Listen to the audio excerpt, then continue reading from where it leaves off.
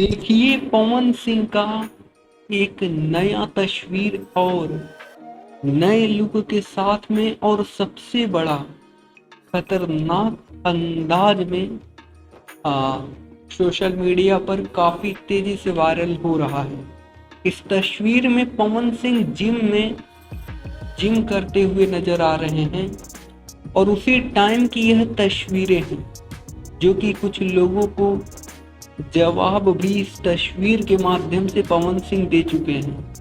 आप सबको बता दूं, जैसा कि इस टाइम पवन सिंह जमशेदपुर के धरती पर हैं और वहीं पर अपने सबसे बड़ी भोजपुरी की फिल्म, अब तक की आने वाली फिल्म काला माटी का शूटिंग करते हुए नजर आ रहे हैं।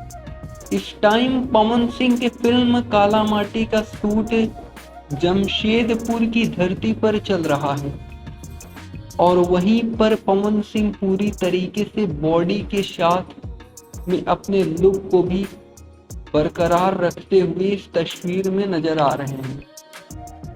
तो बहुत सारी जानकारियां निकल रही हैं। हमारी पूरी कोशिशें, हमारी टीम की पूरी कोशिश है आप तक जानकारी पहुंचाने की।